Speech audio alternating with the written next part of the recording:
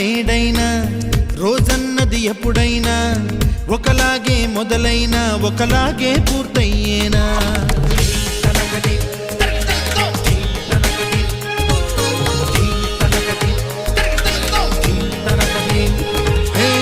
నిన్నైనా నేడైనా